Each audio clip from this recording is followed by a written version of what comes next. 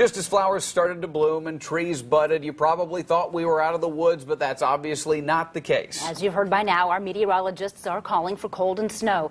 Tonight, News Channel 15's Megan Royst enlisted help from some area experts who have tips on how you can keep your plants healthy and alive. There are a few simple things you can do to help protect those lovely new daffodils that just bloomed in your front yard.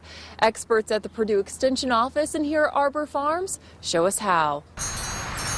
Gardeners here in Indiana are probably the most resilient and hopeful people that I know, because they have, every year is different, and so this year is not going to change. Instead of complaining about the cold temperatures and snow, experts say you need to get outside and cover your plants. The flowering bulbs that are already up and have flowers could get damaged by the frost.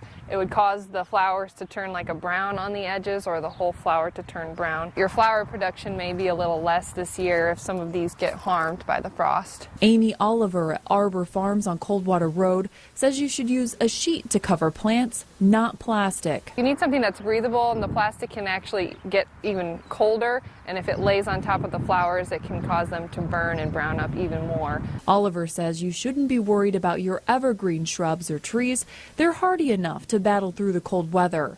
Oliver suggests, though, you cover any flowering plants or anything with new growth on it.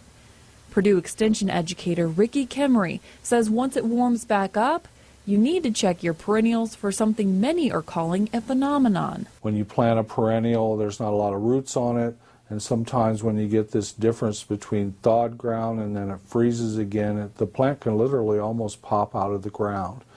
And so you need to be aware of that and check afterwards to make sure that the plant didn't pop out of the ground, because then you have exposed roots and the plant will do quite poorly. Reporting in Fort Wayne, Megan Royst, News Channel 15.